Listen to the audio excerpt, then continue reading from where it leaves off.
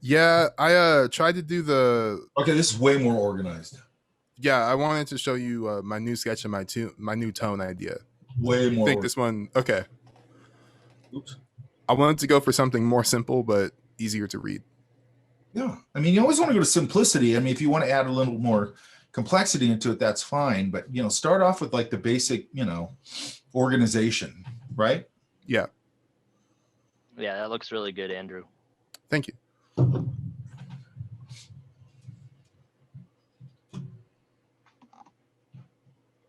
This one's just got a little more light value on it here. The three I don't think are much different. I wanted to have the light mainly coming from the window, so I wanted to create a lot of bounce light, and I felt like what I had read really well, so I ran with it. Do you have any critiques about that? I think it's fine. Just make sure. Okay, so is the light coming? Oh wait, no, the light's coming from over here. No, it's coming from the There? window on the left. But I wanted to take in I wanted the alligator's belly to be lighter, so I Yeah, wanted to take I that think into. I think that's fine. Just make sure it doesn't feel like it's being lit over here. But once you put a little bit of color on that and everything, it's going to knock it down. Yeah, because I wanted to try and create some bounce light by the alligator with that pool of drool by his head to kind of light up the teacher's face. Okay. Because the pool of drool would reflect off the wall, and then that light would kind of, create like a color modulation on her face, right? Am I correct in assuming that? This shape right here. That's her hair, and that would be poking out a little bit past the alligator. So I've she got a fits in guy the. here, right? Huh? I've got a guy here, right? Well, yeah, that's the teacher. But what's this? That's like a ponytail. Oh, you got to make that read because I'm reading that almost as two different people. Oh, okay. I would just keep that clean, just that, and get rid of that. Okay, I can do that. Yeah, because I mean, this reads really strong. And once you get rid of this, this will get much more clear. Okay. Be careful, when you're jumbling up shapes, right? Yeah. Like you got to untangle those shapes. You can have a lot of shapes going on, and have them tangled up, but you got to make sure they're reading. Oops, wrong one.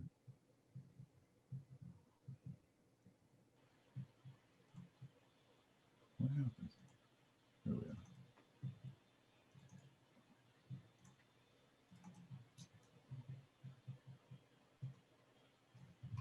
Then you got it. This one's not finished, correct? It's like honestly really discouraging to work with the printer paper. Can't blame It's- printer paper. Huh? Can't blame the printer paper.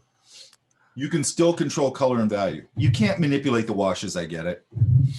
But you can still control the value and the color, right? I think the issue is that my watercolor training is kind of minimal, Yeah. and I get that. I'm used to doing mainly wet into wet, which I cannot do on this paper. No, it doesn't like wet into wet. But I mean, Yeah, you 'cause, also, like- I would also be careful saying I'm used to doing wet into wet. Wet into wet is one technique that you use along with a bunch of other techniques, right? Yeah, but like what I'll do is like the first, I would say like half of my actual painting process is wet in the wet, and then I go in with like when that dries, and then I'll start doing my other edges and stuff like that. And I can't practice that on this paper. No. Well, all you're doing on this is just figuring out the color and trying to translate the value into the color, right? And if it's and I get it, it's better to work on a better substrate. I get that. Then run it through the printer. I think I wouldn't be able to do that. Why? Because the paper's too thick. No, 90 pounds pretty thin. I know, but Mike only got like $12 right now in my bank account. I can't go buy extra paper. Not at the moment. Okay, so just get that worked out before you go to the final, right? Just do a quick one. Okay. Make sure that these washes out here are working and that everything's working within your color. This here, like this belly, I would go start off with probably like a little bit of an ochre wash and maybe knock it down just a hair. So it's not, because it's not going to scream anyway because it's ochre, right? Okay. Yeah. But I'd want to grade a little bit and then go, pretty light in it. And then this shadow right here, if you do that, then you can It probably wouldn't be green, right? No, I would go with a little bit of that's ochre. I'd knock a little bit of purple into it and let the purple live a little more, but reduced. and get a little purple shadow on there, like a little muted purple shadow. It'll look really nice over ochre. Okay. And for the window, I kind of wanted the yellow of the sun kind of coming through the window, and I was using purple to kind of indicate the frames to cut through that. Can you show us kind of how you would do a traditional light bloom today if you're going to do anything traditional? I don't know if I want to go all the way to bloom, but we can talk about something. But if you're talking about a bloom, okay, so one thing you got to be careful of is that unless that light was like pretty screaming out that window, it's probably not going to eat into the window. It's actually probably going to throw, it just depends. It could throw the window or the wall around it darker. Okay. Because it's sort of the same thing that happens with, like, if you ever look at when the sun eats the side of the mountain, right? Yeah. It's usually because it's pretty much right behind it, right? Yeah. And then all it's going to do is it's just going to go like a little more orangey and just eat into that side a little bit. It's going to eat it up. I don't know if I would do that here because then you'd have the sun right there and it's going to be screaming into the room then. Does that make sense? Yeah. I would just, put a nice light in there and maybe cool down the wall.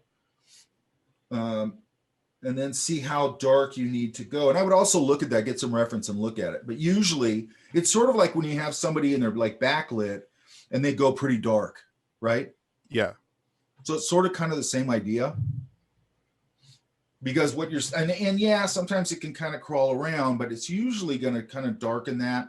And it's also going to give you a really nice, cool thing, maybe to pop that warm outside, right? Yeah. And I understand why you'd want to do the thing where it eats into it. I get it because it's a fun thing, but I think it might be a little too much, right? Okay. Yeah. Now, it wouldn't be if I'm, for whatever reason, we were saying this is Scream in summer and we want to really make that statement and the light was really pouring into the room and sort of bleaching everything out, that kind of thing, right? Yeah. By the way, you ever seen this? No, you just said that. Ever seen what? What are we looking at? I'll show you. Because now we're talking about Scream and light. Everything triggers something in my head. Oops.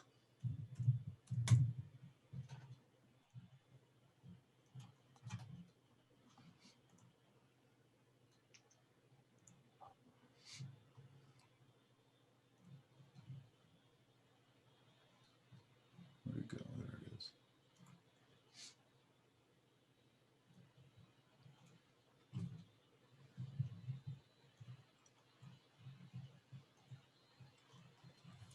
Hang on a sec.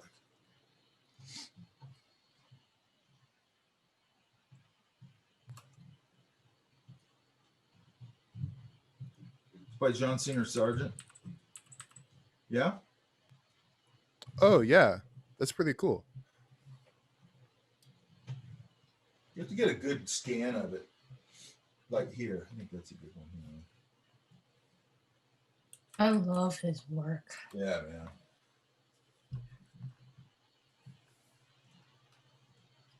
More like that. Yeah, he gets them all sun bleached. Yeah, I like how he's using the white of the paper there. Well, that's watercolor, right? Yeah. The nice thing about watercolor is that, like, when you're doing that with paint, with opaque paint, it's very easy for it to go really chalky. Does that make sense? Yeah. Whereas when you're using the white of the paper, it's a little easier to not have it go chalky because there's not all that white added to everything. You know what I mean? Yeah. This guy was just a crazy. Look at the shape language on the face over here. Like how little he shows. And by the way, he used like every technique in the book, man. Wax resist, gouache. So if anybody's ever getting all watercolor purist on you, go look at some John Singer Sargent. Because he wasn't a purist. Okay, that makes sense, all that? Yep. Actually, I think I know there's a really good post on the on the optics or the science of how things eat into like what we're talking about. Does that make sense? Yeah. I'll try and find it. Okay. If you're interested in that. I just don't think it's necessarily the best thing for that. Usually, you can just set it up when you're doing your washes where the wash will sort of go softer and depending on what the sun is, orangey and soft edge, and then that big hard light goes behind it, and then it just eats up the edge of it. Does that make sense? Yeah. I mean, that's basically all it does. It basically eats up the edge of the whatever the object is in front of it. Okay. Thank you. But I'm pretty sure I know, but there's a really good post on that. I think it's always good to know the science behind it. It's a Gurney thing. It's and he always talks about the science behind it. And I think it's really good to know the science behind it, because then you can just pull it out of your hat. You know what I mean? Yeah, Gurney's also like a beast too. Yeah. Have you read his book? Would you recommend it? Which one? Color and Light, I think it is. I pretty much recommend anything by Gurney. Okay. And he has another one, I can't remember the name of it. And then I found, I have one in my office. It's his one he did with Thomas Kincaid when they were both young. And they hopped a train and hitched across America and just did sketches, and then did a book on sketching on it. It's a really great book. But it's out of print, and I can't figure out why it's out of print. I don't know why he doesn't put that back in print. So the other book by him is Imaginative Realism. That's it. That's another great book. What I love about Gurney is he gets into the mechanics of things. I mean, that's what he's all about, right? Yeah. And I he's love also, watching that dude paint. Huh? I love watching his videos on YouTube. Yeah, he's great. Yeah. Okay, Benton. Yeah. What are you thinking? So like, I'm definitely gonna use like a lighter colored pencil. I did a couple of test little teeny tiny test samples with different colors of colored pencil to test my lines. I like how like at the bottom of the tail I'm getting that shadow to blend into the tail, so I have a lost edge there. So I'm What really I'd be careful. Here's what I'd be careful of. Mhm. When you're building the line, okay, what kind of pencil are you going to use initially for your final line? That one's going to be terracotta. It's going to be a terracotta Prismacolor. Okay, that'll be fine. So you're going to have some line there. Okay. Yeah. So what I would do is, really finesse that line, that final drawing, right? Yep. And then, do all your washes and everything. And then maybe you might go in and maybe just here and there reinforce the line a little bit with the pencil. And then at the very end, if you need line, like ink or whatever, then I go in and do that. You know what I mean? Yeah, that's definitely my plan. I was just practicing with the ink to see what I could. But this, if you notice, the value of this line is jumping really fast, right? Yeah, well, and it was just because I was like trying to get used to the tool. Yeah, that's fine. So, like the interior of this mouth could go a lot darker. Yeah. So you're going to look for everywhere that you can just get, this stuff's all working pretty good. Just be careful, because what I'm trying to get you guys to do is sort of understand, we're sort of have line in there and stuff, but you really want to learn how to make sure that the paint is carrying them, carrying a lot of it. Yeah. Right. Because I've had people once in a while, and then they abandon the color pretty quick and like go in with a pen or like a micron, and you're like, you ruined it, man. You know what I mean? Because they start outlining everything, and the goal is not to outline everything. It's to go, I need to separate here. I need a little bit there, and then what we're trying to do is get all the materials we're using. If you're using a brown pencil, the brown pencil, the watercolor, and if we use some ink or whatever, all of it to sort of marry where none of them are really sticking out. Yeah. Does that make sense? Yeah, and I think that's why I was lighter on my lines, like inside the alligator's body. Like, I think I want the watercolor to do that heavy lifting there. Yeah, and here, like, I'd be careful here with the leg, like you're outlining the whole leg. Yeah. So what you got to do is, like, when you get to, the sort of the end pass of this, I might hit that right there, because that'll separate that from the body, and maybe like this little hand right here, and because that'll pull the hand in front of the body. So yeah, I'm gonna be super minimalist with it when I get. Also, you might want to. I usually mix up. I usually use the Crow Quill pen, and those things are like $3, right? Yeah. Because just nothing makes a line like that, or like a dip pen or whatever. Mm-hmm. And by the way, like these things I'm talking about, it's not because it irritates me when people go, "Oh, it's old school." It's like, what's old school about knowing how to use your damn tools. What I don't understand what's old school about that. Does that make sense? Yeah, no, I enjoyed it. It's just I Yeah. wasn't. No, I'm not talking Had, about you. yeah, I had to get But used to the tool myself. yeah, So you get people and they go, and they say that and they go, oh, why are you using a crow quill? You could use a Sakura pin. I'm like, you don't get it. You know what I mean? Mhm. It's like those two lines are totally different. yeah, And that the organic quality of like a crow quill pin or a dip pin or whatever, it's just you can't get it any other way. You know what I mean? yeah. So And then also what I would do if you go to a brown ink, and then I take some and I water it down a little bit and test it on a piece of paper. Mhm. Because I might go in a few places and hit it with that because I don't want to go 100%, and then a couple places I'll go 100%. yeah, You know what I mean? That way you're always building and stair stepping up. Does that make sense? yeah, 100%. Yeah. So what I want you guys to get is like patience. You're building. Don't start jumping ahead of yourself, because as soon as you do that, you start destroying it. You got to, and again, your methodology will probably change and stuff over the years or whatever, but you want to think of it as a build where you go build this, then you go to here, then you go to here, then you go to here. And it sounds methodical, but like once you've been doing it for a long time, it's not like you think like that. You just sort of naturally, it's your language. Does that make sense? Yeah. So the one on the top here, that's pretty darn close to what the actual paper color looks like. Mm-hmm. But like based on that Peter DeSev like reference you showed me, Yeah. I want to get that background where the kid is and behind the alligator to be like way more whitewashed. And I did like I was trying to do it traditionally on just like little samples. Like I could get it with like a really washed down acrylic, but not with watercolor. Yeah. I don't think you're that far off in this. Okay. What you want to do, you can get it with watercolor because it's a wash, right? But what I would do is I would get that, what all that stuff worked out back there, final drawing.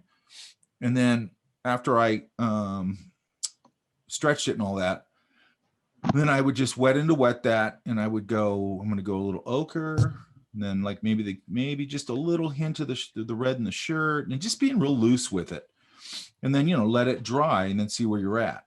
You know what I mean? Yeah. But Just if let I the end up line carry it. if I end up going like too far, like this is more color in the background than I want. I want it even I more actually think white. that works. I think that works pretty good, actually. Yeah. Yeah. Okay. I think that works pretty good. Like, I don't have a problem with that. And then you got this hint back here, this little hint, like that kind of thing. I mean, I think that's exactly kind of what you want to do. Okay. I mean, I think it looks pretty good. And then, then be careful too for everybody. Like, the rule of thumb when you're painting and stuff like that is to go back to forward. Now, those are rules of thumb. That does work pretty good. And I think I've said this before. So if you're working back there, sort of wash that in. And they go, okay, that's looking pretty good. And then maybe, move into the middle ground before you start working it. Because what people do is they'll start working the background and then they overwork the background in value. And then all of a sudden it's competing with the foreground. And they don't realize they're doing it because there's nothing in the foreground to compare it to. Yeah. So I'm trying to, and I think this is a pretty common also rule of thumb. I'm trying to cover that surface pretty fast, or just get it all covered. In a systematic, methodical way. So I get it covered because I really can't really judge fully what I'm doing until I've got, value all over the place where I can start going, okay, this needs to go darker, blah, blah, blah. Right. Yeah. And then you have certain people like the Hildebrandt brothers used to work. I mean, I think they would start in like a corner and they just work out or whatever, but they probably, I'm sure they had a very, they'd probably gone through a pretty heavy process of pretty finished comps and all that kind of stuff. So they were sort of looking at that and going, okay, I know exactly what I'm doing here, because they'd had it all worked out. Does that make sense? Yeah. And sometimes they worked really big. And a lot of their stuff, by the way, I mean, it's cool. Like they were kind of classic in their time, like 70s and I don't know, 80s. But a lot of it's, it's pretty stiff. You know what I mean? It's cool, but it's pretty stiff. Yeah. Okay. All right. I think you're fine. All right. I mean, it sounds like you got a plan. Yeah, I like that this has a little more presence than this. Okay. And like I said, just wash it in nice and loose, wet into wet. let it do its thing. Yeah, let it do its thing, and then and let it sit there, and then go. Okay, I'm going to block in the whatever the alligator in the foreground figure, and don't go to full value, but like, okay, I know that's going to go darker, and then just keep evaluating. Yeah, I really like layered this one up. I think that gator is probably like 7 or 8 passes. Yeah, it takes, that's kind of what I like about it. And by the way, when we're talking about sort of like that thing we're talking about with that alligator Desev did, and I said it's all this piling on of shapes, right? Yeah. It's really not that conscious. Like when you're building, like when I start working on these things and I get it all blocked in, then I go, oh, I need to put, all of a sudden it'll start telling me what it needs. I go, I need to put a little shape back in there. And oh, now I need to darken that a little bit. And all of a sudden you realize you're doing exactly what I said. You're piling all these shapes on without even thinking about it. Yeah. And all of a sudden you start looking at it and going, oh, that's that thing. That's that, a lot of shape, but it's all melding together, because you're just sort of going, the piece will keep telling you what it needs to be. Does that make sense? Yep. And that's what we're trying to look for, is like, to get used to that. Yo, Mike, quick question. Yeah. Do we have to use ink on ours? No. Okay, cool. I'm going to show you some stuff with that. Actually, there's some of it in the video, but I'll talk about it some more. And I'll talk a little bit about pencil, and we'll talk a little bit about this, that, and the other. They're all things you can do, but you don't have to. I just want you to know how. Does that make sense? Yeah. So what I'm going to try and do is I'll probably try and just do a quick drawing over the weekend or something, so I have something to paint, and then I can go into a little bit of ink and all that kind of crap. I mean, it's in the video, but I like talking about it in class too. This arm, like his armpit's down here, right? Where you at? Yeah, I'm right here. Sorry about that. Let's see. So this would actually, what is that?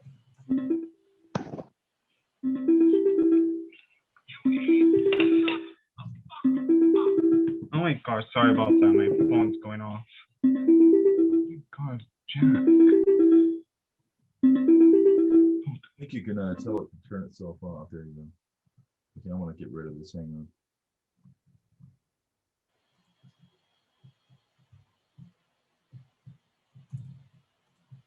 So this should actually be like up there, right? You there? Yeah, I see that. And then you got to remember too, like, that shoulder.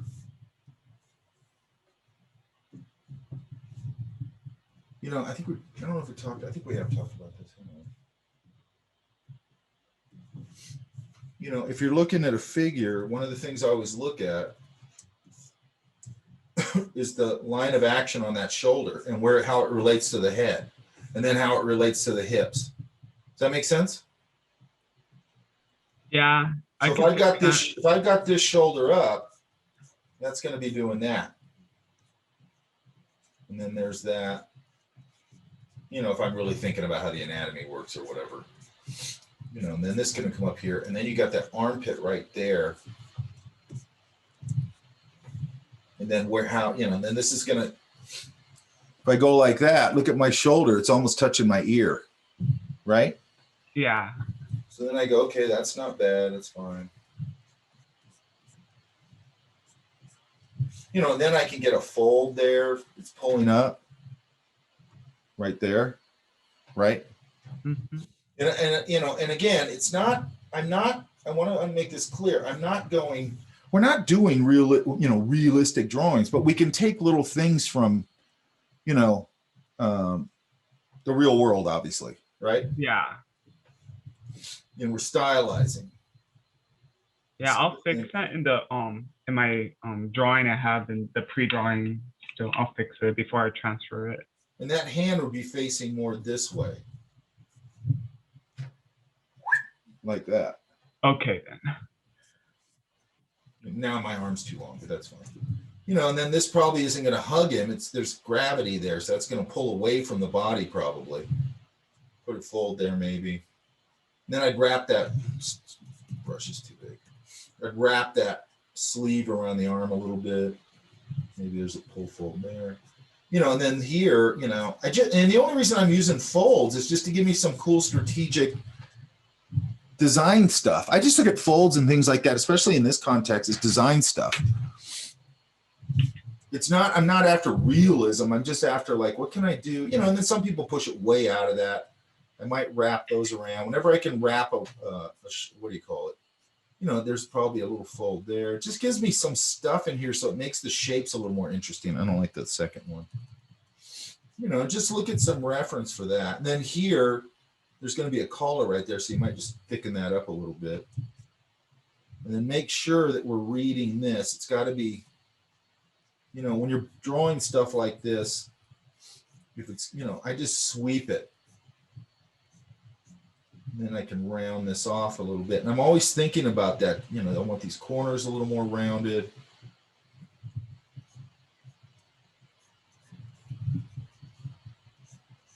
You know, I might make it a little deeper than I need to, just to chub it up. And then what's on the plate? So then you got an apple. I want to make sure I see these things. Whatever here is, because you got these little tiny things in here. I'd get them bigger. I might put one in front of another to overlap them, right? Yeah. You know, the typical school stuff, you know, at least in my era. Milk, you know, maybe a straw sticking out of it. You know, so I'm busting the edges. Everything's not tiny. It's a really common thing. I think I've talked about this before, where people just do a lot of really tiny little shapes. You know what I mean? It's just common. Okay. All right. So try and get those things worked out.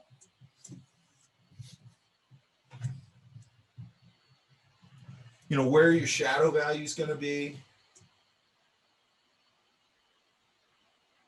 Probably the most successful color one is this alligator, maybe. And by the way, they don't have to be green. I mean, it can be whatever.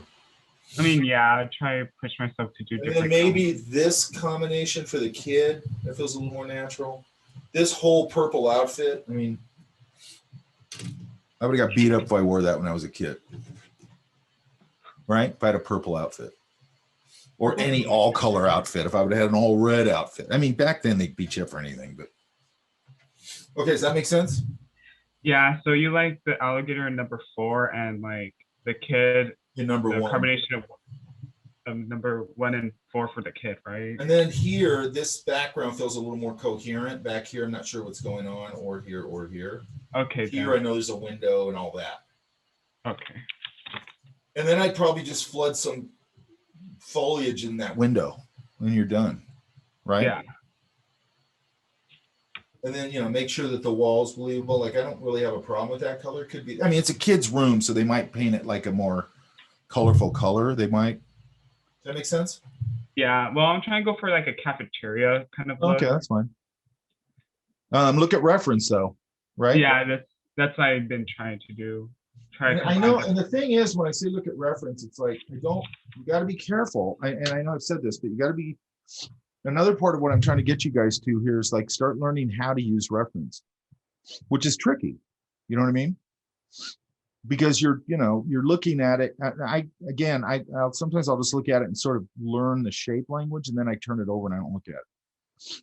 Because, you know, I can do the same thing. I'll start copying the photo. I've done that before where I'm just drawing a bunch of stuff out of my head and I go, I can't remember what that looks like. And I'll pull it up and all of a sudden that one thing in there all of a sudden doesn't match the rest of the drawing, because it's like I don't do it that often, but once in a while I do. And, you know, and you're going, oh shit, I'm copying this reference too much. You know what I mean? Yeah. What happened to you? Yeah. You know, and try and get those lines like nice and loose, and, you know, again, you know, you guys might switch up that style later and all that stuff. That's fine, but you got to learn how to draw loose. Even if you're going to go to some other, if you want to draw it tight, you still got to learn how to draw loose. Look how I light up if I drop this down.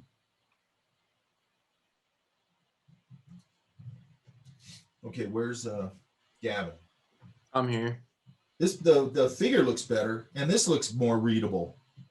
Yeah, I adjusted it a little. Be careful with this. This needs to be an oval. It's starting to feel a little like pickly. Yeah. Right? Yeah. So make sure it's, I'm in a weird position. I usually turn my board to do this. And you'll see why right now.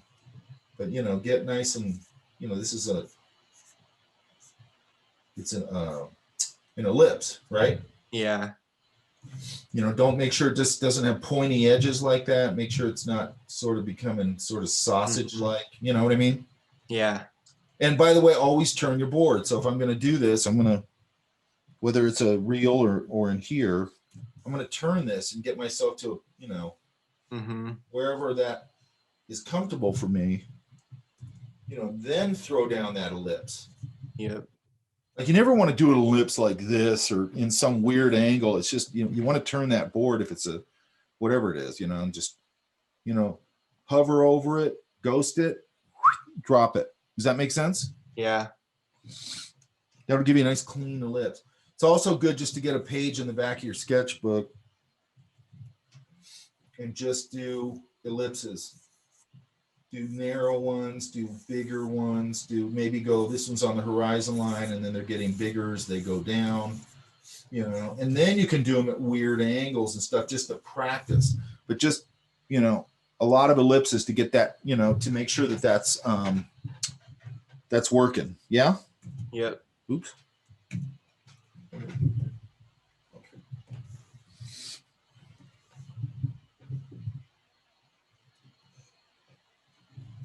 Again, I'd probably see how we get, like, if we don't put any shapes in there, it just gets super flat. Yeah, that's what I was gonna say. I need to get more variation in the actual shape.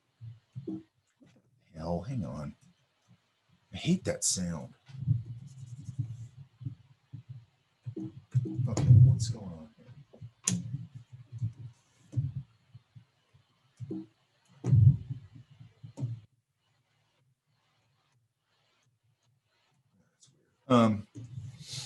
So, there's going to be something here.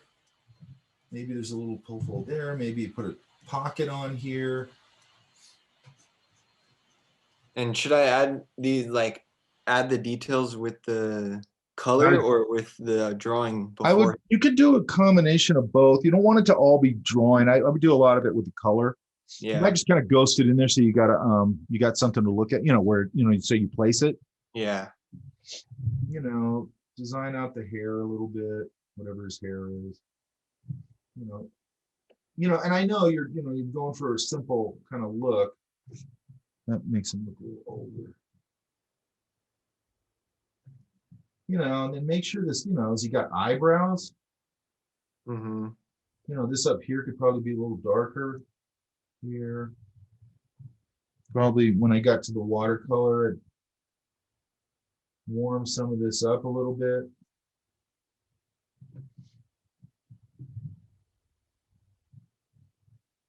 It's really, you don't hit it too hard. And, again here, get a little more information on here. Yeah. It's not detail. That's what I want to be clear on. It's not detail. It's shapes. It's shapes that make this more interesting. Mm-hmm. I put a dark value there, turn it. There's going to be something here that I can play with probably. This arm's going to cross over in front, so I can cross that line. Mm-hmm. I want to put a little bit of texture on him. You can do a lot of that with the watercolor.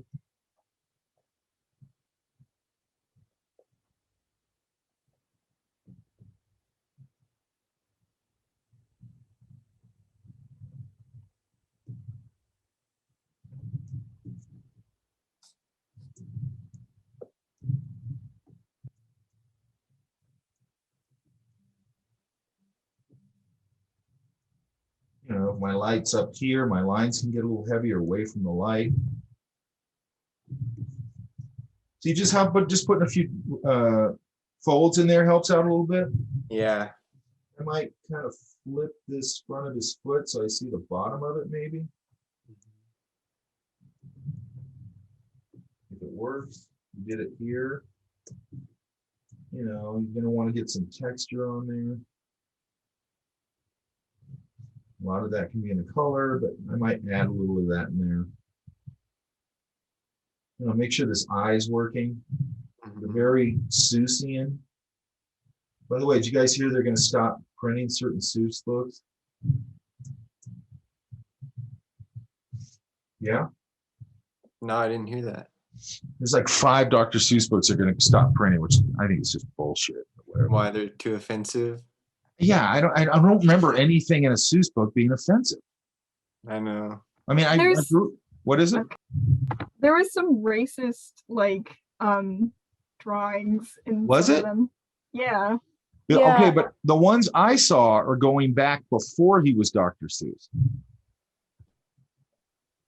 Like, I don't remember any of those drawings in a Dr. Seuss book, right? I think it was only in like a couple, but I I don't saw remember. some pages. I don't know.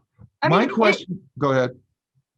It's just I feel like it's fine because like it's just those few, and there's like a billion Dr. Seuss books. That's not the point. The point is that you're having this censorship going on all over the place. And what's disturbing about it is it's all young people going, yeah, get rid of all that, get rid of that, get rid of that, get rid of that. And it's like, even if you do think it's that, I don't think it's necessarily like, I'm not going to go out and buy a racist children's book, but I think it should be my choice not to. Does that make sense? Now they can not do it because they go, hey, people aren't going to buy these anymore because all this has been brought up. That might be why. I don't know. But I think it's more like, can we have a discussion around this first? You know what I mean? Does that make sense? What happened to you? Yeah, I'm here. No, Sorry, Amelia. Why do you guys you always know, disappear? sorry, like my that? brother came in. what? Sorry, my brother came in. I did not hear. And I haven't seen what they're talking about in those particular books. I don't know. I saw some stuff from like when he was trying to be a political cartoonist. And that Yeah, stuff I is saw like that total too. racist imagery. I get it. But I don't know. I just don't remember seeing that stuff in the books. I just don't know what it is they're talking about. I can look into it. I want to know what it is they're talking about. Because I mean, I grew up with it. Now they're even saying maybe the Cat in the Hat's going to go away. It's like, what's in the Cat in the Hat? I don't remember anything like that in the Cat in the Hat. I doubt. I feel like it's just like culture war bullshit. kinda. That's trying to. I think the Cat in the Hat is a false flag. I don't think they're gonna get rid of Cat in the Hat because it was only like 2 or 3 books total, and like the connotations that I had heard about all related to stereotypical depictions of Asians. Yeah, I saw those. Yeah. And again, I don't think those are in the books. Now maybe they are, and I just didn't. I didn't see those books. Maybe I don't know. Yeah, it's like 2 or 3 books total that they're pulling. It's not very many from his collection. I know, but they're gonna he's gonna go away. You watch, because it's just gonna create this narrative. Apparently, it's 6 books. By the way, 6 books. 6. Okay. just Have drop. you seen I any looked of it them, up. Andrew? I'm scrolling through the document right now. If I see any names, I'll let you know. Oh, actually, they have all the names right here. Yeah, I saw it on Mulberry Street. Yeah. So and to think I saw it on Mulberry Street. If I ran the zoo, Yeah, I saw that. McElligot's Pool, On Beyond Zebra, Scrambled Egg Super, and the Cat's Quizzer. I don't remember most of those. I remember Mulberry Street, but I don't know if I remember the other ones. I don't know. And by the way, if they really are racist imagery in there, it's going to sort of pan itself out because people will stop buying them anyway and they'll go out of print. You know what I mean? This can get a little darker right here. You see that? Yeah. Like things like that. Yeah. Yeah. Where's the light at? Light's back here. I don't think I'd put it there. No. I'd put it, give it a definite, I'd probably put it up here or something. That way you're getting a nice cast light, Mm-hmm. With a real directional shadow. When you go out painting, this is almost like noon. When you go out painting, the worst time to go out painting is like noon because the sun's dead overhead. Mm-hmm. Hey, Andrew, Yeah. What's up? do they show any of those images? Because I couldn't find them like showing the direct images of what was in the book. I found them Emilia with a said, quick- yeah. I found them with a quick Google search. It's Because I'm reading a document right now saying that he drew like black boxers as gorillas and Jewish stereotypes. Yeah, if you go back to his because he wanted to be a political cartoonist originally, And I saw a lot of those images, and I've seen those before. I saw a lot of those images from board. Those are full on racist. Those are. Get some leaf indications in here. Yeah. You know, and then you can kind of darken it here and there. To give it a little bit of volume, right? Mm-hmm. And even here, you might just put like, sort of like Desev did in that one we were looking at, where you just kind of go. You don't need to put a lot of detail in here. You just kind of do things back there. Because that's back there. You don't have to worry that much about it. Mm-hmm. Same thing here. It's just you want to give these things something. You know what I mean? Yeah. And then, here's the other thing, by the way. So you got to be careful of this too. So you kind of have a strip, and a strip where you've sort of broken your, and then this where it's mirrored, and then strip. So you're sort of building static into it. Does that make sense? Mm-hmm. Because it's getting very grid-like. Yeah. So what, you think I need to break it up with something? Yeah, Like, and you might, at this stage, you might just want to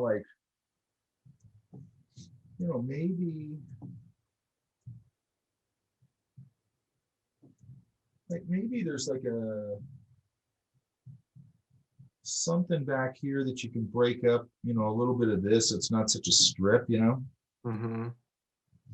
I wouldn't do it right there, but what you want to do is find places you can sort of go, maybe, I don't know if there could be something here. You see, if I do that, it just starts breaking it up a little bit. Yeah. And a lot of times I do that when I'm doing the initial drawing. I just start making shapes and then go, what can I put there? Mm-hmm. I can put this. Oh, I need a shape there. What can I put there? Struzen, like when he would start his early roughs, I might have said this, but he would, and I do the same thing. I think it's a really good way to work. You go, he would go, I got something here, and then I'm going to have something going across here, and maybe something here, and then something back there. And he would just start with these kind of shapes, right? Yeah. And then he'd go, okay, this is going to be Luke Skywalker. This is going to be a couple of TIE fighters cutting through the air. And this is going to be, this shape here is going to be the twin moon thing. This, I'm going to put Han Solo right here, and I'm going to put some other character in a thing here. This is going to be the front. Maybe this is a silhouette of Tatooine back here. And then he just composes it with just basic shapes and doesn't worry about what they look like. It's just pure compositional shape composition, right? Yeah.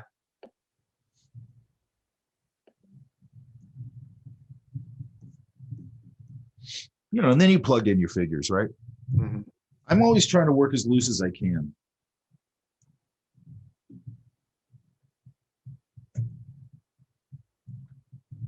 At least initially.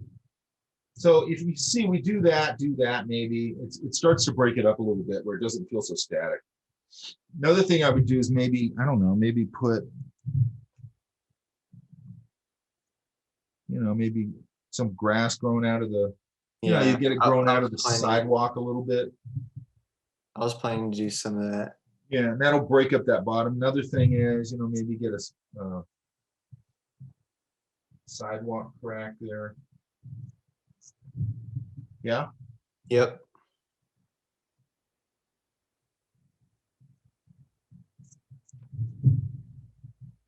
Okay.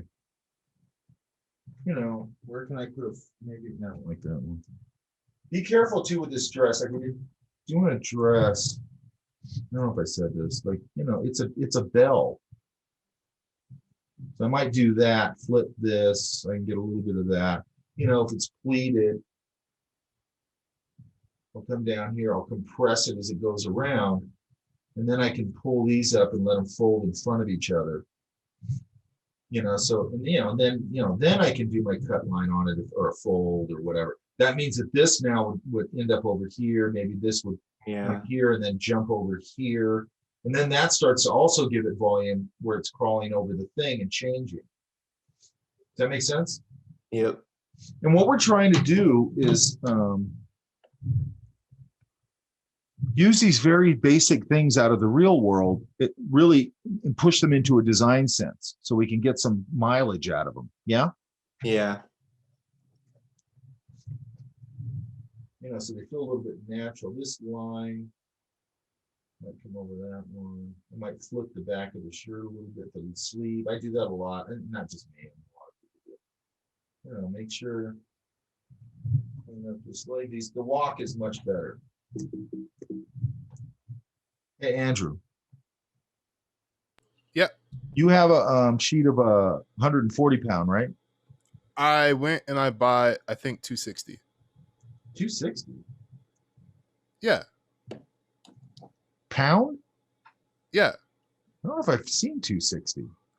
It was at Blick, and it was like within my price range. It was big, and the paper felt nice. So Is it really thick? That's really thick.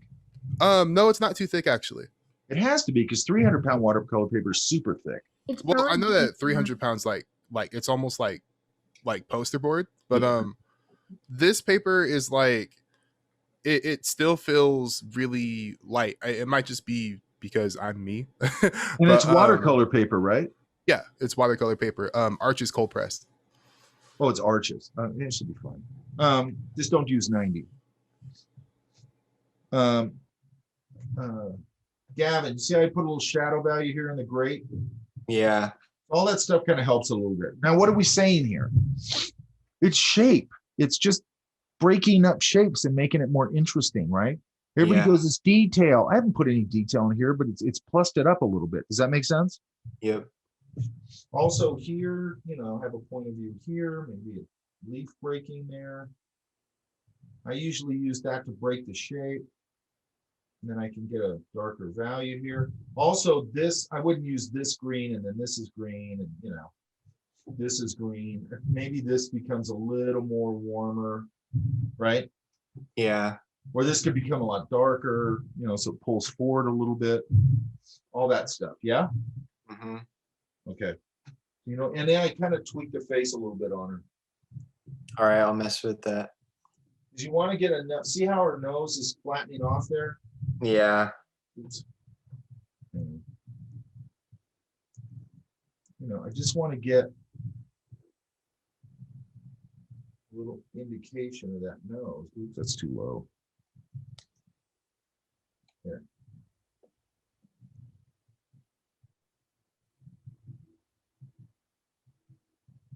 You know, I don't want her to look pained. I want her to look shocked, right? A little bit of the ear there. Mm-hmm. I might, if she has an earring on, I might make that a little bigger statement.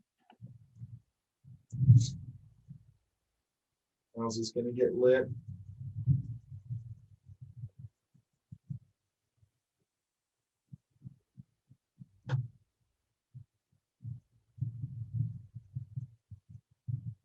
You have an automatic thing when you put a bun in the hair that this is going to radiate up there, which makes that shape a little more interesting. Mm-hmm. And this can get a little darker back here usually.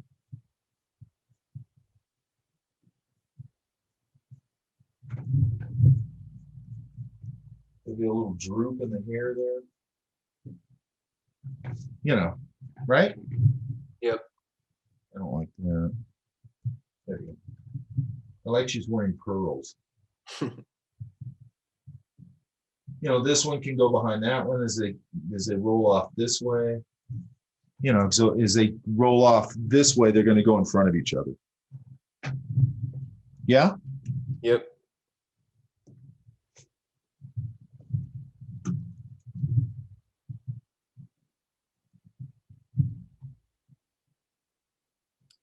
This is, I don't know if I'd go blue back here, Ian, Okay. because you got all this blue here. Like maybe that goes to a little warmer, paler color. Does that make sense? Yeah. And then what's down here? Oh, that's just Other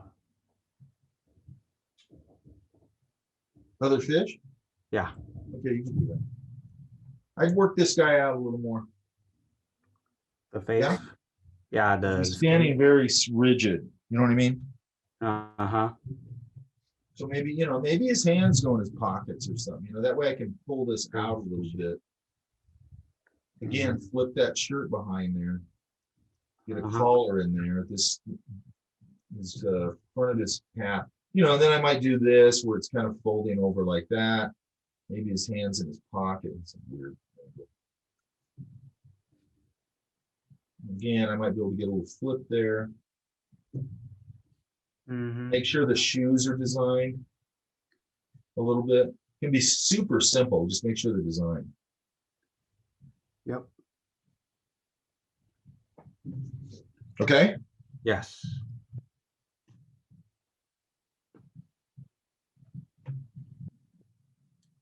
I got to go on campus tomorrow. I'm not looking forward to that. Oh, really? Yeah, I got to go grab some paperwork. I got so much stuff I got to do this week, and it's just like overwhelming. Okay. Where's Natalie? I'm here. Hello. I think the board's getting closer. Yeah. I think it could get neutralized a little more, though.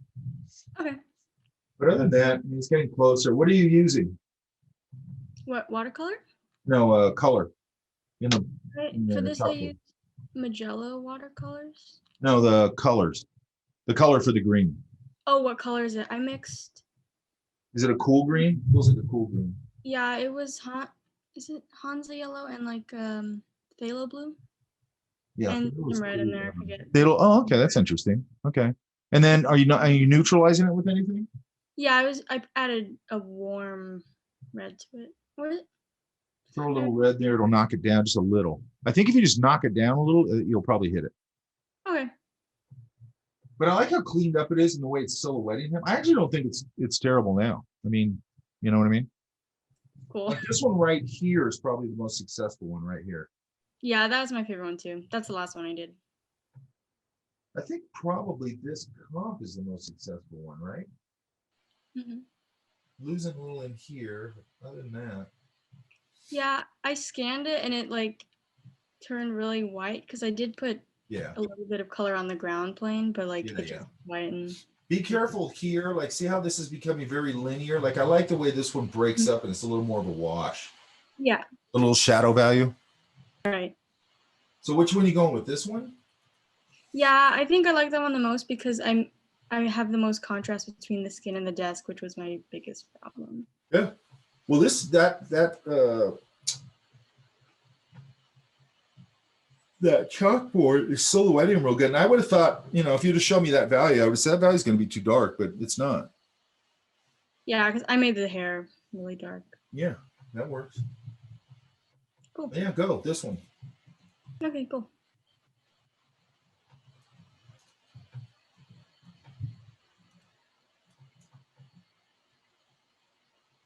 Where are you at? I am here. I didn't get as far as I would have liked with the watercolor on the lower one. The top one was just from earlier because I changed the angle to try and make the room seem less like unreasonably big. Yeah, I get it. Well, your people can get bigger. Oh, they did get a little bigger on the bottom, right? Yeah. Okay, be careful because this bigger woman here, the teacher, you got a tangency right there. You wanted to make a clean break across that rug, right? Yeah. I noticed that and I was sitting there and I was I didn't want to push her up so far that it messed with how the tail moves your eye towards them. But at the same time, I needed her to be bigger. Yeah, they definitely got to get bigger. I mean, we did that last time. It worked out pretty good. Get some folds and just simple folds, so this doesn't get so empty. Mm-hmm. And then this is going to get dark back here. You can probably get a little edge light a little bit there because the light source, I guess, is there. But you'd also have a light source above, so you got to come work that out a little bit, right? Yeah. Which, that really happens in a room. You just got to make sure you manage it. But you can also, obviously you can cheat this stuff too, right? Yeah. I mean, we want to take liberties. I mean, otherwise we're not artists, right? Yeah, definitely. Okay. Get that worked out, yeah? Yeah, I'm going to be working on it. I like this having tomorrow. a value here, the rug having a value. I'm thinking about either making it one of those rugs that you see in practically every public school or hardwood floor. But To I do haven't hardwood decided floor, yet. I'd reflect things into it. Okay. That'd be Um, cool. you know, you can pretty much like that window, you can just pull those lights right into it. Anywhere you can kind of just pull a couple things into it. And then, you know, if you put plank lines over it, it'll all go underneath it and it'll look like a reflective floor. Okay. You just got to, the mistake people make is they put the individual planks in or the individual stones in or the individual bricks in, and then they start painting in between each brick. It's like that doesn't work. You got to just go in and do the whole big wash and then work around the smaller shapes around it, because then it'll vary like naturally, right? Okay. That's good to know. Because people try to paint bricks or whatever, stone or whatever, individually, just it all starts disconnecting. So anytime you got a chance to like lock everything together, whether it's a drawing and you're massing shadows or whatever, or massing shapes or whatever, and then with paint, if I can mass a big section together with color value, whatever, it's going to lock it together, you know, because you're trying to get that picture plane to, you know, when I was first starting doing that stuff, everything was disconnected. Even my figures were disconnected. Like the anatomy wasn't connecting. Does that make sense? Yeah. Because I wasn't really understanding like, oh, I got to draw that, you know, that relates to the hip, you know, that shoulder relates to the hip, you know, the calf relates to the, you know, all this, you know, the hip now relates to the back of the calf. You know, when you start thinking of those rhythms, it starts to pull the figure together. Does that make sense? Yeah, it does.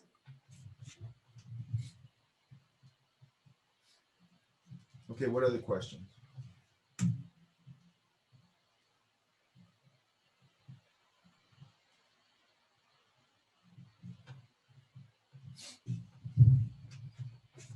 Nobody?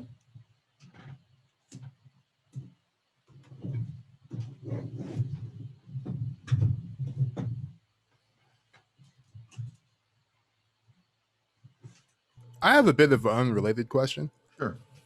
I would like to fight my way into a Art Center's illustration program, and their portfolio requirements are demanding 10 to 15 figure drawings from life, which, you know, I understand, I get it. But right now, do you know anywhere where I can go to have access to a resource like that? To get in front of a model? Yeah. Because I imagine they don't want anything digital for that. And I'm cool with that, but I don't know where to go. Well, what they're looking for is to see that, you know, you can draw. You know what I mean? Yeah. So one of the real kind of key indicators is like, show me some life drawings. You know what I mean? Yeah. If those fall apart, they're flat. They're not, you know. And by the way, you know, you need to go look at, because I remember seeing this when I went over there. It's like some of the people's portfolios with their life drawings. I was like, holy shit. You know what I mean? Yeah. Like they were really good. Like Kevin Chin was in my time I was there, and this guy named Andy Park, and I forgot who all these people were, just monster figure people. And Kevin Chen was interesting because Kevin Chen was like a monster figure guy, but then he could translate it into his designs. You know what I mean? Whereas a lot of the figure people couldn't translate that figure stuff into their work. Does that make sense? Yeah. You know, they come into an editorial class and they do a figure drawing, and the teacher would be like, what's this got to do with anything? You know what I mean? And the teacher would go, oh, you're just one of those figure people. All you do is draw the figure. You can't do anything with it, but you're really good at drawing the figure. Then they come in next week. I always tell this story. I remember this guy did this. It was editorial class. Then he came in the next week with a figure drawing, only he like put clouds around it. You know what I mean? It's like, and the teacher's like, it's still a figure drawing, dude. It has no ideas. You just put clouds around. Now you're trying to BS me into telling me why this is an idea. And it's not an idea. Do you know what I mean? Yeah. What else do they ask for? It's like they want, so the first requirement they set out is the 10 to 15 figure drawings from life. The second thing is like observational drawings and extra life studies, so like animals, self-portraits. And then they want you to put in like 3 developed illustrations of like I don't remember if they said anything specific. I'll look back at my notes for that. Yeah. But they also said that they actually said the sketchbook, like a PDF of sketchbook pages, is optional but recommended, and in there they want to see your like processes. Yeah, I mean that's all the stuff I would ask for. I mean, those are all the things that are going to show you the skill level of the student, right? Yeah. I mean, that's you know, and especially like what I think what you just said, like some finished work and stuff like that, because you kind of want to see like, okay, your okay, you got life drawing. It's kind of what I'm always talking about, where it's like you got to transition this stuff into the real world. Okay, you got some life drawings. Okay, now you can go out and draw observationally. One of the things that I always remember over there being a big deal, and I'm sure it still is, was like people with total monster sketchbooks. You know what I mean? If you came in there with a monster sketchbook, like that just got you a lot of points, as I remember it. I think I knew a guy who went over to Disney and got a job at Disney just on his sketchbook, because his sketchbook was so amazing. You know what I mean? Yeah. Because those are the things, what you just described, those are the things that are just showing like, I know how to draw. You know, they say, and then they say some finished illustration work, right? Yeah. Include imaginative drawings that demonstrate your passion for an understanding of illustration in both color and black and white. And then I want to dig into that because I'm kind of curious about what exactly they're doing, and then we can kind of go over it.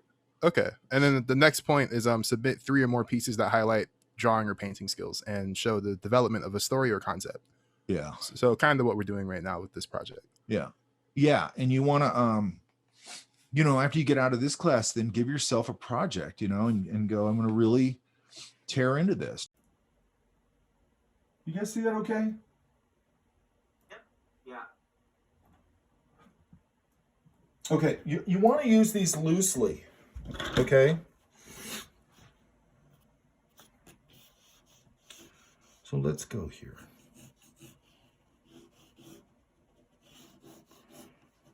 If I'm going to do a tree or something like that,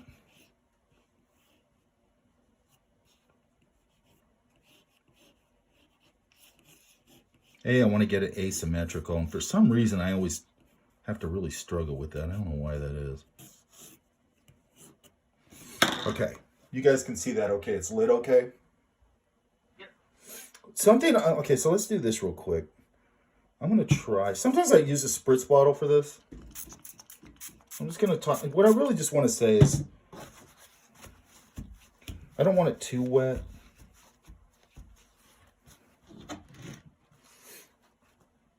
Let me get a brush here. Hang on. What do I do with my brushes? Andrew, what'd you do with my brushes? I put them in your hat. Damn it. Let's grab these.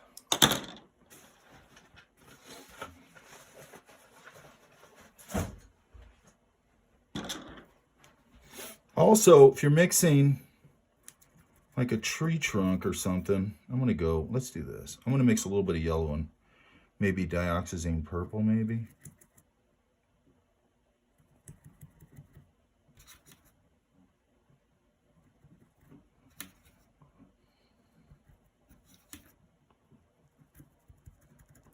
So I want to establish the trunk here. But I always want to mix my own. Go ahead. Oh, could you demo clouds later, perhaps? Well, clouds, if I'm going to do that for this, like the way I did it in the, you know, that's in the video, right? Oh, it is? Yeah. Okay. But I mean, basically, I'll go into that in a second. Hang on. I mean, there's a million ways to do them, but.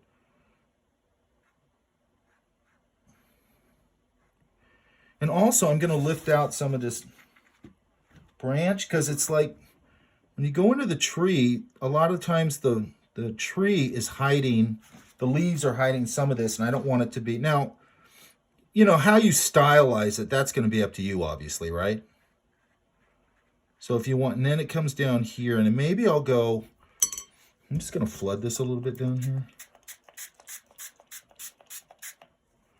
Wait, let me get one more thing.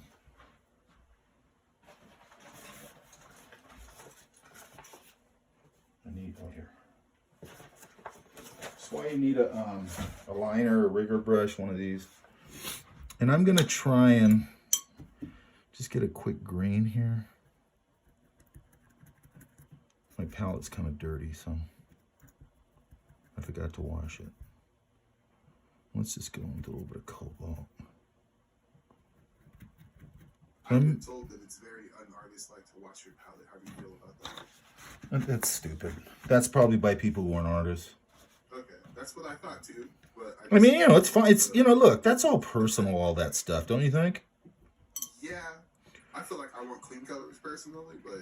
Well, I mean, I clean my palette. Sometimes I don't. I mean, I don't know. Okay, so you see how I'm just flooding water in here, or flooding this stuff into this into wet wash? Yeah? Somebody? Okay, now another thing I want to do in here is I might even pull some of this.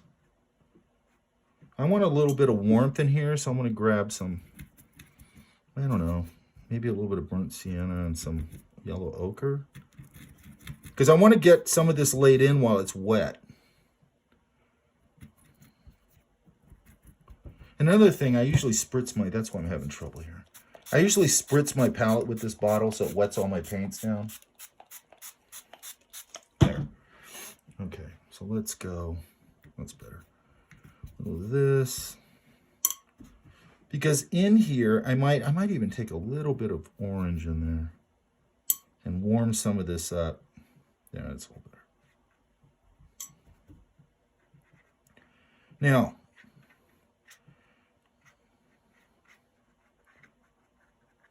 I'm also, while it's still wet, I might take this brush and start pulling things out of this. Does that make sense? Is that a clean brush, Mike? This is a clean brush. And do you have any water on it, or is it dry? This one's dry. I might put water on it. I can go back and forth. I probably don't want too much on it. But see, I can start pulling out a little more natural stuff. Does that make sense? Yeah? Yeah. Now I'm going to grab some more of this, maybe. What I'm trying to get through to you is the looseness of it. Does that make sense? I might leave some spots open here. Maybe I'll come in here, get a really hot green, which is some, whatever you call it. And maybe I can have the sun hitting it there. I can go in with like a lemon yellow and mix up a warmer green where the sun would be hitting it there. Does that make sense?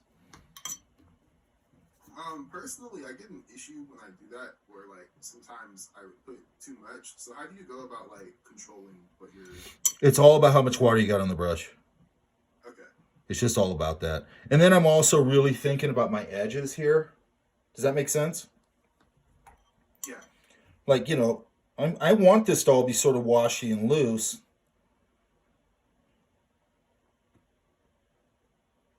And then I'm going to hang on. I'm going to cut the mic so you don't hear this obnoxious blow dryer.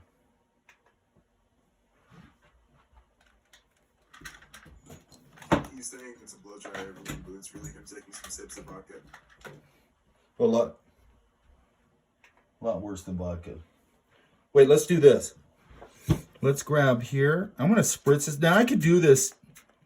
Sometimes I just like do it with a bottle. I can do this. I could come in here and wet down this area with just a brush. Sometimes I like to spritz it because it's random. Does that make sense? Yeah, no? Yeah, that makes sense. You're trying to get like a randomized like pattern effect when the paint hits it? Yeah, because what happens is, let me see if I can mix up a decent green here. I want a different green. I want a darker value. Hang on. I'm going to put this in here. I want to hit it with a little bit of red. Maybe a little bit of that. Let's see what that looks like. And usually I have a piece of scrap here to test my color on. So I'm going to grab this and let's spritz it. I like it. See, when I put that in there, it starts doing its own thing. There we go. Yeah, this is all wet. But it's going to get some stuff out here, and I want to start shaping this tree a little bit. I want to make sure I got some sky holes in it, so I can just pull that back out. And at the same time I'm doing this, okay, do you see how it started getting this random thing? Does that make sense? Yeah. What I'm trying to get you guys to is to understand it's not all this tight rendering stuff. Okay, and then I might come in here and like neutralize this a little more.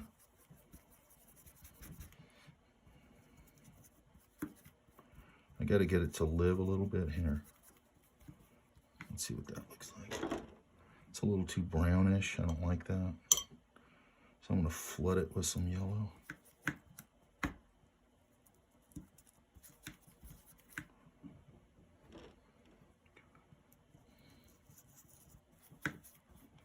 Trying to pull back the green, and it's probably okay. And as I come down here, I might start giving that underneath the canopy a little darker value. But I don't want to over, because I can go, I'm going to go back into this and do a lot of things to it. Does that make sense? And look, I'm getting a lollipop tree. It's too round. Would you only do temperature shifts in another layer and not like... Oh no, I do them all over the place. Okay. It just depends. Let's try something. Let's see if we can put some of this in here. This is probably going to be too much, but let's just see. That's not bad. And I might, if it was a fall day, I might add a little bit of warmth to it.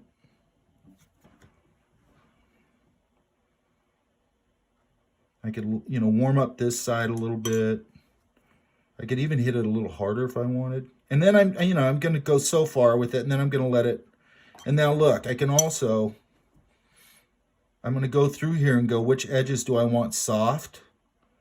And which ones do I want a little more? Now I'm going to pull out this too.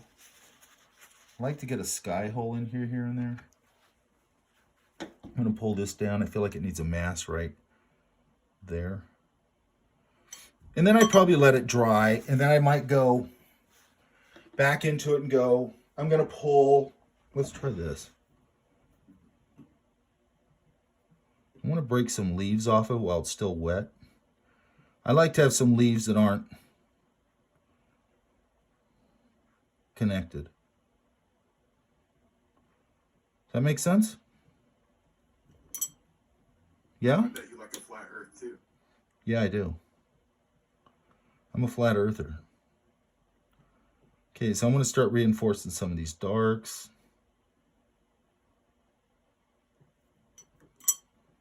I'll just let it go. And then I might come in here like and go, I want a little more green on it. I'll let this dry. And then I could glaze over it and pull the, you know, a hotter green out of it here and there. Does that make sense? Yeah? Now, hang on. Let me hit the mic for a second.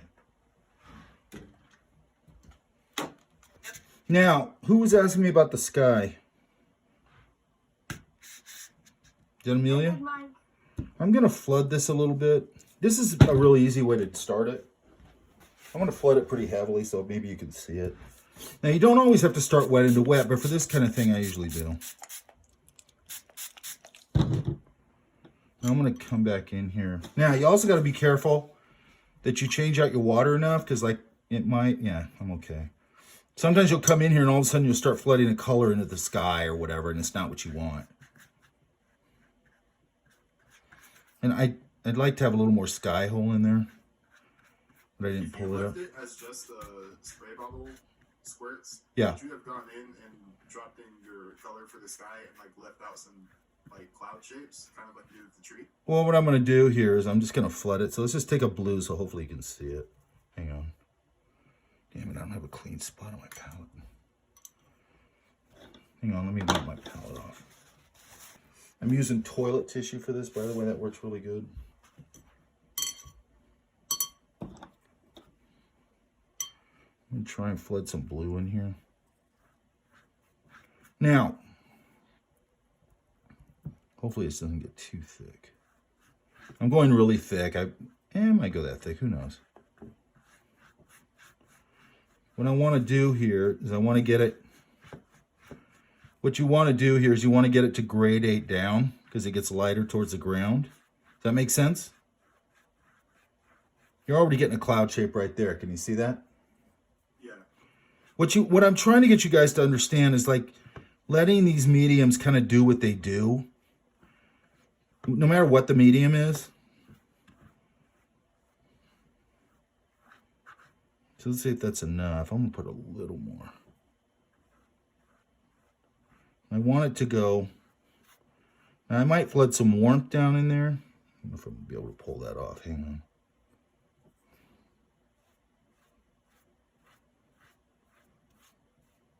Yeah, that's not too bad. And then I can just come in here and start making some nice cloud shapes in here. Because this is going to be random a little bit. You see that? So if I have it like It's hard to see on there. out, Huh? should I erase that? If you what? If I have the cloud shapes drawn out, should I erase that? I would I like to do it this way to start them. And then a lot of times I'm going to come in here, usually while it's still wet, and I'll start working around some of these shapes and going back and forth and start adding some shadow values inside of the clouds. Does that make sense? Yeah? Does that make sense? And then I got to worry about, or not worry, I got to really watch my, which edges are soft. And most of these are going to be soft. It's a cloud. So I just want to hit the edges while it's still wet, and I can start to build my clouds. Does that make sense? Yes. It's hard to see on there, but you can kind of see it. I might go darker up here a little bit. Come back in. But I got to keep that white of the paper going. Now, what I would do once I start doing this kind of thing is then I'm going to go, hang on. I'm going to let all that dry at some point, and then I'm going to come in here and I'm going to probably go, okay, I'll let this dry, and then maybe I'll go, you know, dampen it down a little bit. And then I might start hitting maybe up here with a little bit of warmth, right? See if I can get some warmth in here while it's still wet. And this, I want to just start kissing it with it. And I always keep this in this other hand so I can kind of lift this stuff out. And I can start warming up this thing. Because I want to build it. I don't want to just put it in there. I like to build it. And then I'm going to soften up this edge. And it's also going to dry lighter than you're seeing it. And I can start, see, I'm starting to build that a little bit. Can you guys see that? Yeah? Yep. I like this little cloud right here, and that was an accident. I love accidents, okay? And then I'm going to go, okay, I'm going to pull some of that out. And then I might come in here at some point and start maybe going to a little bit. Let's see if I can do this. Maybe down here, I might start putting in some nice pinks on the bottom.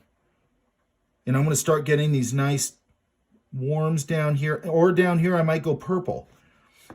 Okay, I can go either way. Does that make sense? Do you see how I'm worried? I'm managing the edges like I like that edge right there. Does that make sense? Yes. So I've got to, what I'm trying to get to is you're sort of controlling it, but not over controlling it. Does that make sense? Now what I would start doing is building some darks in here.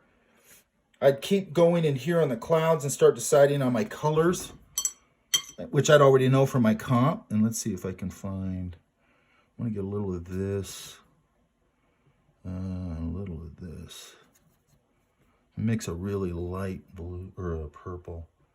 I want to make sure this is still wet. And now I can keep controlling my edges here. Now, if I want a hard edge, I can leave that part hard edged, okay? Which I don't.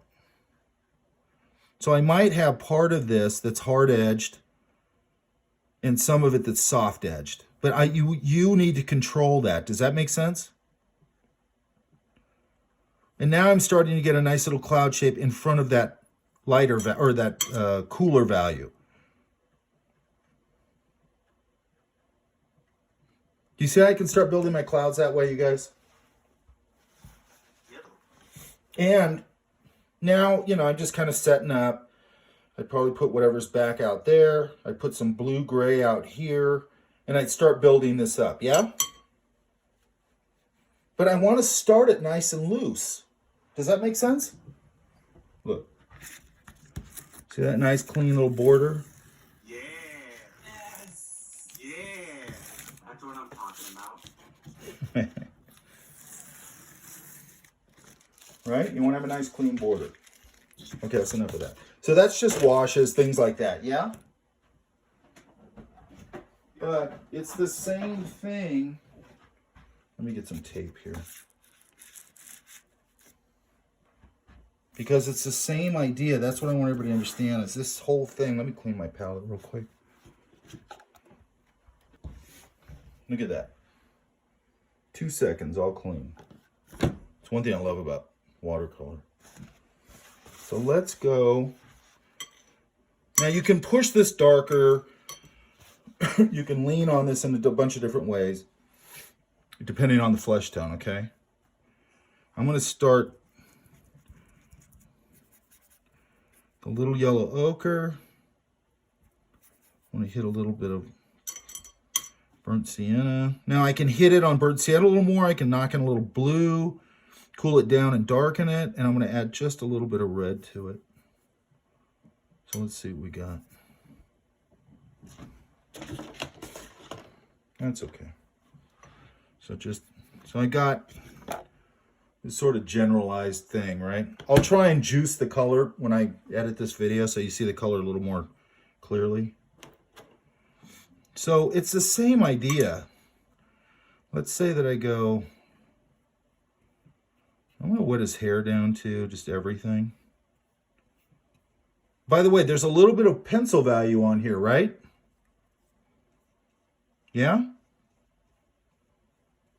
Somebody? So I'm going to go grab some of this flesh tone.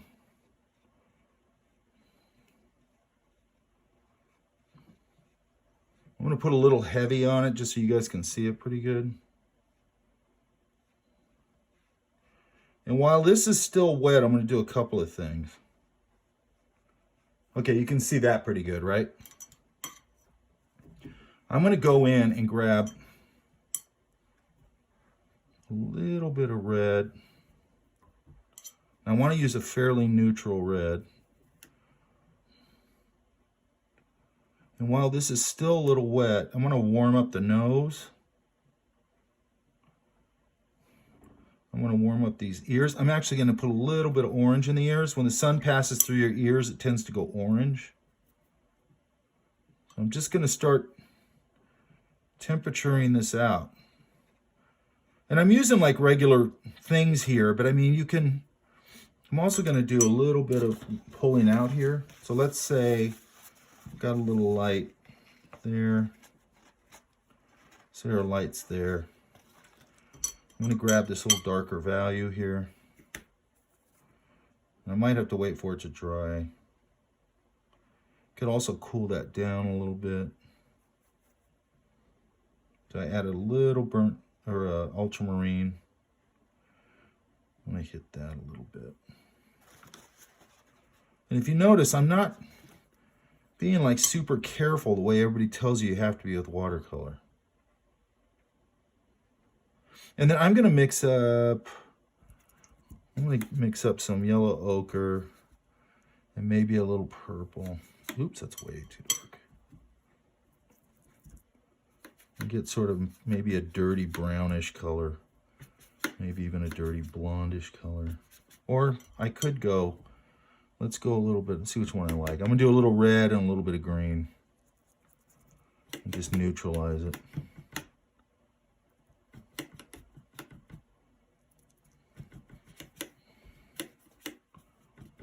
Let's see. Now, the reason I want to put the hair in while it's still wet is because see how it's intermingling with the flesh tone? See that? Yes, no? Yes. The reason that's important is that your hair doesn't just have a hard line where it goes into your, put a little there, where it meets into your scalp. Does that make sense? It goes into it in a more natural way where they sort of commingle.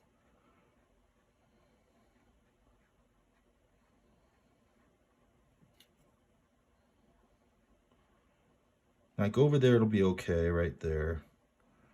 And then there's going to be a point where I have to let this dry and before I can really do anything else with it. So let's just say that's good enough. Now I can also go through here with a clean brush, and I'm wiping my brush off. So there's too much in here. I want to pull some of that back out. I don't want that over there. But I'm going to take a little bit of this, and I'd have to go in, I'll go in later and I would clean that all up, but I want that hair to intermingle with the scalp. Does that make sense? Yeah. I'm also going to take a little bit of this darker value and just maybe see if I can start to define those eye sockets a little bit. I can only do so much while it's wet into wet, but what you got to understand when you're doing things like eyes is it's really that socket, this cast shadow, this one under the lip, and you see how that's starting to give it form? Can you guys see that? Because what you're really doing when you're building eyes is you're building all the stuff around the eyes. That's really what you're doing. So I'm going to pull. And I could come in here while it's still wet and I can shape. I'm going to try. I think this is going to get away from me right here. But I like getting a lot of nice, just simple shadows going while it's still wet. Like that. See how that's starting to define his nose? And I want to pull a little bit of this flesh tone with a little bit of warmth in here. Start warming up. It's the same thing, really, as everything that's around it, the flesh tone. It's just that, like, I don't know what they say. It's like more capillaries or something in your lips. But it's still sort of a flesh tone. It's just getting warmed up. And I'm going to build it all really slow. Might put a little warmth there.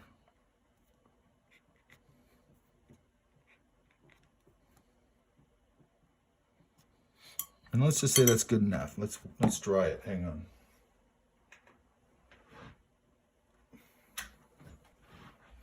Now, I'm going to be able to go now. Now, obviously, I would dial that in a little more. But I would go in, and now, because this is drier, I can start to actually make a little bigger hit with color now. And then in here, in the eye socket, where's my, let me get a little small, yeah, I'll try this. This is too small, but it's fine. I'm going to start building like some of these shadow values, like that little pit in the eye. I'm going to start showing that, a little bit of that, whatever you call it, eyebrow. And then I'm going to come in here at some point and start to define out a little bit of what's going on inside that eye.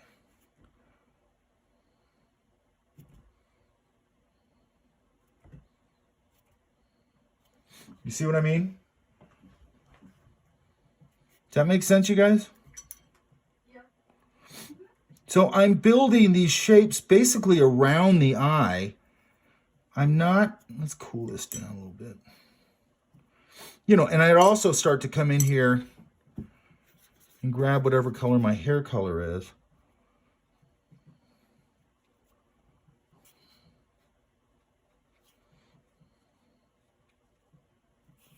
Maybe put a strand here. Once I get the whole thing in, then I could start to put in like little strands and things. And I start building into those shapes, okay? So what I'm doing is, what am I doing? I'm building these big shapes, and then I'm starting to build into them. Does that make sense? Yep. Way too purple, but I'm just going to use it. Another thing I can do, I can get a little bit of this ultramarine. Now, if it's a darker flesh tone, I'd hit it with a little more, probably a little more cool and a little more burnt sienna. Yeah? Does that make sense? Somebody? I want to define this little... And I might pull some of that up into here and soften it up a little bit. So that's not a hard edge right there. And right there, I don't like that being such a hard edge. Although this would cast a fairly hard edge, so it's a cast shadow. I'd go in and adjust the hair, obviously. And also, I can darken up this and start to go around the ear and start to define the ear, like that little ear's popping out a little bit. I can come in here, get a little bit of ultramarine. And because it's going to lay over something and it's transparent, I'm going to go, and I can pull that out. And I'm going to cool off the whole bottom part of this face and get a little 5 o'clock shadow going on it. Not too much. Just to kind of make sure I understand what you did was you took ultramarine and then used that to cool down the lower half of his face and you pulled it out like immediately, right? Yeah. How loaded with pigment was your brush? Like this. Is there like a point of loading that you just can't get back from? Is that something? But it's just wet nuts. Let's try it. Let's really load the brush. That's pretty dark.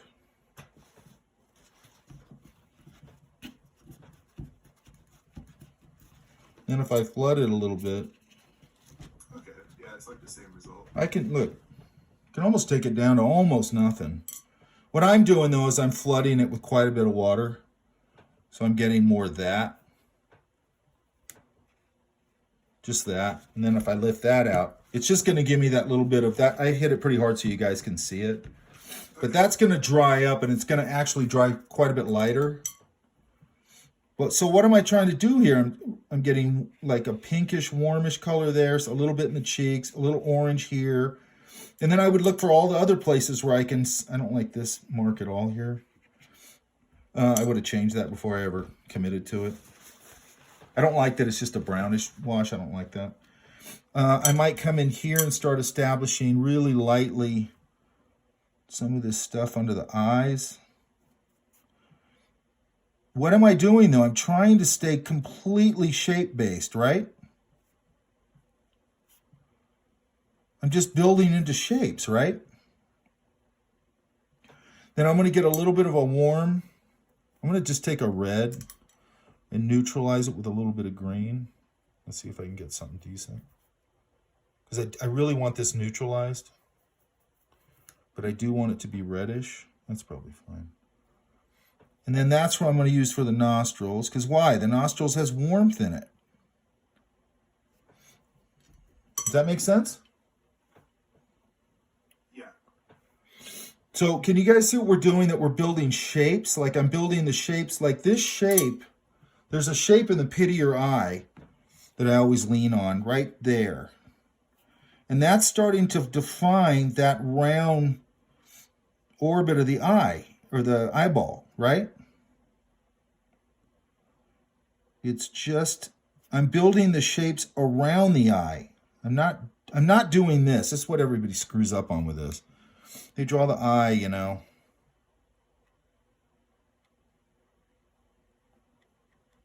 Like that. Does that make sense? Yeah? Somebody? Yep. What you're really doing is you're going, there's an eye socket in there.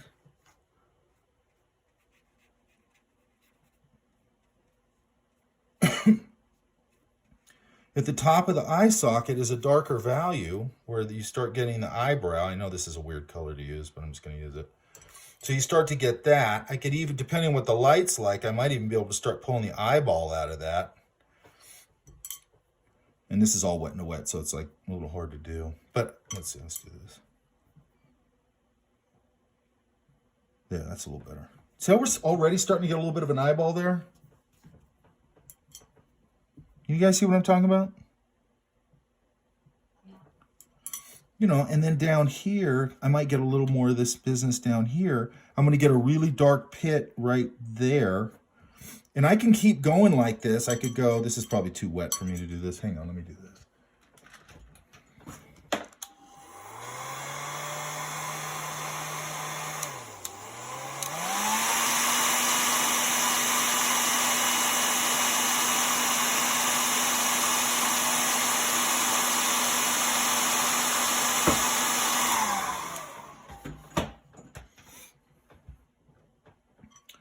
And then I could start building shapes around this again, like that pit of the eye right there.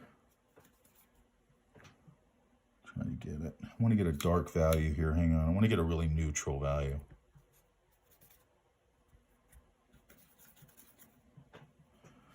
You know, the pupil right there I could start to put in there. Then I can start to put maybe the eyelid in there. Get a little lighter value and start to build this, the rest of the eye around this. And I can start building all these shapes into an eye. Does that make sense? It makes sense. If you wanted to color the iris, would you put that into your initial wet in the wet wash? Yeah, I might. Okay.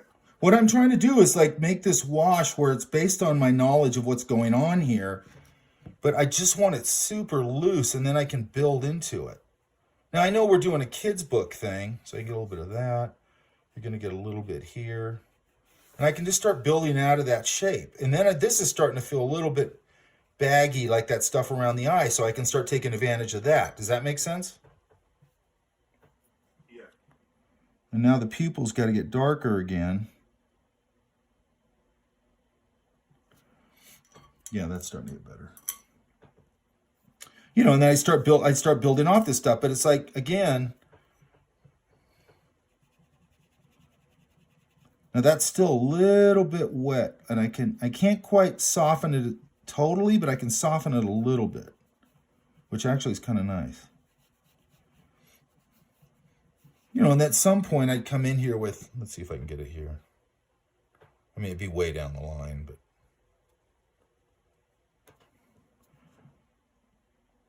get that little highlight in there. It's still wet.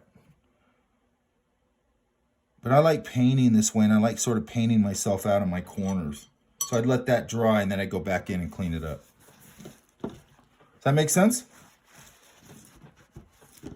Yeah. So what are we doing here? Temperature shifts. Everywhere I can find them, right? Wet into wet. Want that scalp to, and I'd have to paint back into this now and start really shaping the hair out. All this stuff I'd have to start shaping. Actually, from here, it looks a little washed out on your screen, or at least on mine. It's actually pretty fleshed out here. I'd have to start going in. I mean, I just have to start dancing around this and building the shapes out. Does that make sense? Yeah. That makes sense. What I'm trying to get you to do is get away from linear thinking and going in sort of loose and then building it out. Does that make sense? Yep. Yes. Yes. Yes. So I'm trying to get you away from what I see all the time in, like, especially watercolor classes, where everything's very flat or it's very linear, or it's all one color, and they're not thinking about shape relationships and not thinking about when you draw or paint an eye. Really, with the eye especially, you're drawing all the things around the eye, because that's what it's sitting in a socket. So you've got all these shapes around it, and then it's round. So all those shapes around it are defining and creating what the eye is. Does that make sense? Yes. Yes. And then little color variations, little, you know, when you knock out, you know, maybe a big mass like a tree like that, you're not going in and doing like little drawing every leaf and all that kind of stuff. And the whole thing's one value and the whole thing's one color. You want to go in there while it's wet and kind of go, I want to push it a little warmer over there. And then as it goes under the canopy, I'm going to darken that up. I got my green. Maybe I'll throw a little red in there and darken it down and neutralize it, but still keep the green. And then it's, you know, and I've got this nice natural looking, I'll put a couple of leaves not connecting. I'll pull things out. I'll put things in. It's this sort of conjuring kind of idea. Does that make sense? You're not trying to strangle it into submission, right? Somebody? Yes. Yeah. Yeah, Mike, What? I'm trying to bring the enthusiasm, man. Okay, good. I like that. But okay, and then, you know, then there's going to be a little bit of building into it. You know, you're not just constantly going wet into wet. I'm, you know, it just depends on what I'm doing. But I like to get all those soft transitions and color, temperature transitions and all that stuff sort of in the underpainting when I get started. So it's all sitting under there, or like the scalp, you know, the hair going into the scalp, where the mistake a lot of people make with painting people is they if you ever notice, they'll have this hard line where the hair starts, and it's like, that's it. You know, if you got longer hair or whatever, just, you know, hair, it's going to die into the scalp where I see the flesh tone intermingling with the hair color, and then it goes to totally the hair color, and then it's going to look more natural, and then you got to go in and finesse that too, right?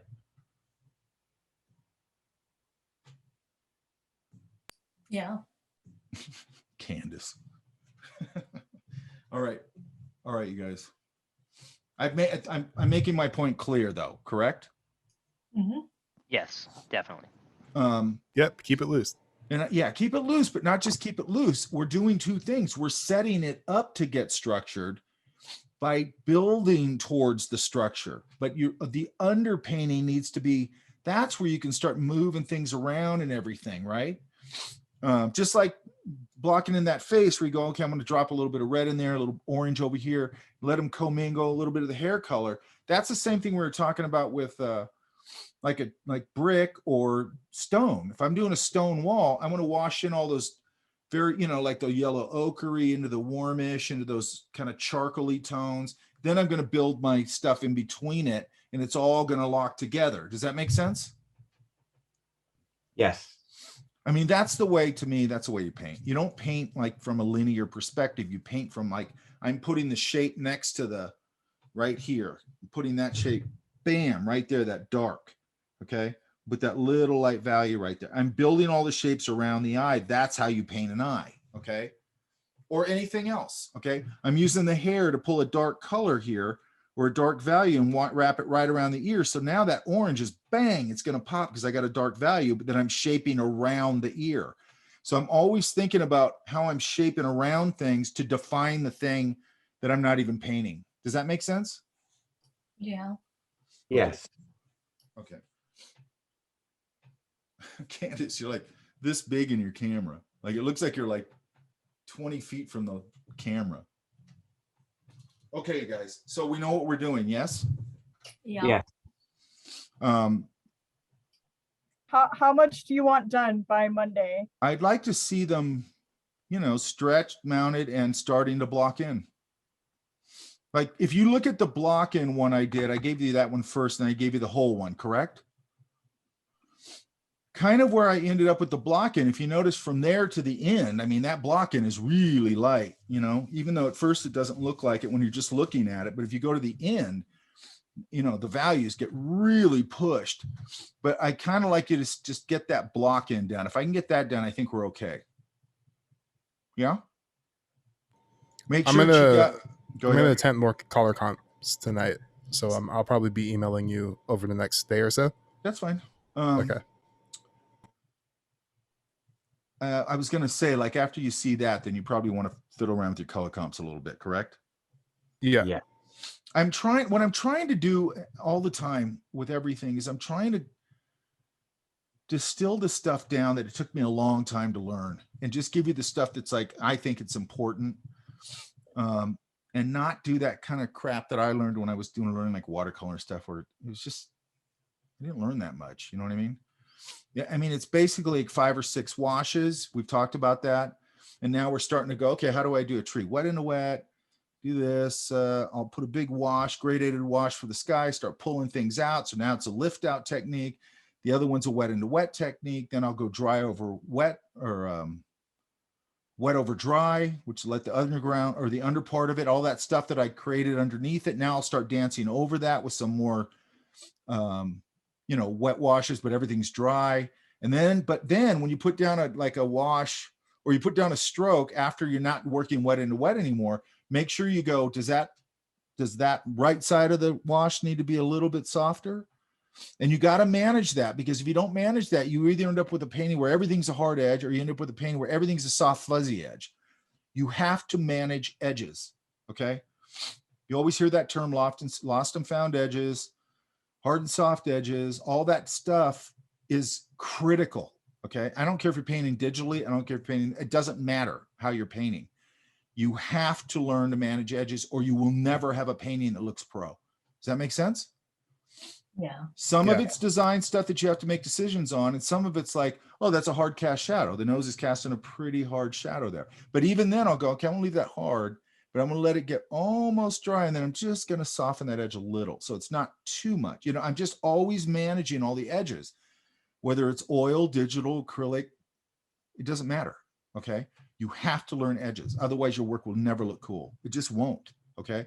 And most of the stuff you see that everybody goes all crazy for it, even in the entertainment industry, like Craig Mullins, 90% of the reason everybody goes so ape shit for that guy is his brushwork is amazing. Right. Greg Rakowski. And that's also why both those guys, their paintings look like paintings, because they know how to paint and they're bringing it into the digital environment. Greg Rakowski still has paintings I look at, and I know they're digital. I still look at them and go, damn, that looks like oil, man. It's like, that is hard to tell that's not oil. You know what I mean? Why? Because he knows how to paint. He knows how to paint in oil or whatever. He probably knows how to paint in a bunch of stuff, right? Because once you know this stuff, by the way, color doesn't change, right? Like this is, and you also got to remember when you're laying a color down over another color, it's a little different with watercolor. I might go like with a watered down purple that I haven't desaturated to put a shadow value over like a yellow ochre wash. Why? Because it's stained glass. It's going to mix optically. That's dry, that yellow underneath it, that yellow ochre. Then when I put that thin wash of purple over it, it's going to retain a little bit of that purple, but it's going to get knocked down because it's stained glass and it's seeing that you're seeing that yellow underneath it. And what that can do is if you, sometimes I mix on the palette, sometimes I mix that way, right? When I mix on the paper, where I put one color down, let it dry, and then I put another color over it, what I can do there is I can maintain the strength of the color and still gray it a little bit. Does that make sense? So it'll get this nice, like deep purpley shadow value, but it still feels purple, but it's not screaming purple because it's picking up that color underneath. So sometimes I'll do a thin wash, maybe with a color out of the tube, because I know it's going to mix with the color underneath it. And I want those colors to stay a little bit vibrant, where if I mix them on the palette together, I might lose a little bit of that vibrancy. Does that make sense? Because I'm mixing sort of a pure color over sort of a pure color, and then they're canceling each other a little bit, but not completely. Yeah? Yeah. So what would a good application of that be? Like, would the scales on the alligator be good for the stained glass technique if you want to like unify it? Scales? It could. Okay. I definitely wouldn't do the scales probably wet into wet. What I might do though is I might do a wet into wet wash and modulate my colors just like I did with the tree, let's say, right? And then I might throw a little bit of like kosher salt in there and let it dry and create a texture. Right? Okay. And then once that's dry, I've got a mottled texture all over it. Then I'll go in and paint some stuff over that. So now they're going to optically mix together where there's a real natural looking texture on there. And then I'm also painting over it and reinforcing it. The mistake people make with technique is they go, you know, whatever it is. I know it's a weird analogy, but like when people used to use airbrushes before the computer, where they'd make the mistake is they do the whole painting with an airbrush. So everything was a soft, horrible edge. It was just ugly. The stuff was ugly. But like when I used an airbrush, I might gradate the whole sky with the airbrush because that's going to make a perfect, beautiful transition sky. Then I'd paint the whole rest of the painting with brushes. So I was just using it, or, you know, maybe I got a car in the foreground. I go, I'm just going to get a really clean, what do you call that? Reflection on that car, you know, real clean. So I'm going to do it there and maybe in the sky. And then everything else I'm going to paint with a brush, all the bushes, all the buildings, all that stuff. So then now you don't notice that I did it with an airbrush. Does that make sense? Because I just used that tool for what it's for what it's good for. Okay. Also with this, like that's what you got to start learning with paint is you go, which technique for what effect? Okay. So you don't want to just start relying on one technique like people do. They find something they like it and then they just do it to death. And it's like, you got to wet over dry washes, wet into wet washes, softening edges, leaving an edge hard edged, lifting out, like all that stuff, you know, all those techniques. And really with watercolor, the basis of it, there's not that many things to really manage. It's water, color, and then X amount of washes, which is like, okay, now when you're going to use what wash? That's really all the question is. Does that make sense? Yeah. Yeah. Okay, you guys, go. Yeah? Yes. Yeah. Thank you. Thank you. All right, you guys. Oh, later. I'm gonna see. Thanks, Mike. I'm gonna see masterpieces. Block in masterpieces on Monday, right? Yeah. Straight up masterpiece. Yep. Okay, I love that. Okay, you guys. By the way, have fun with this, man. I love all this stuff. Okay. Mm-hmm. Later.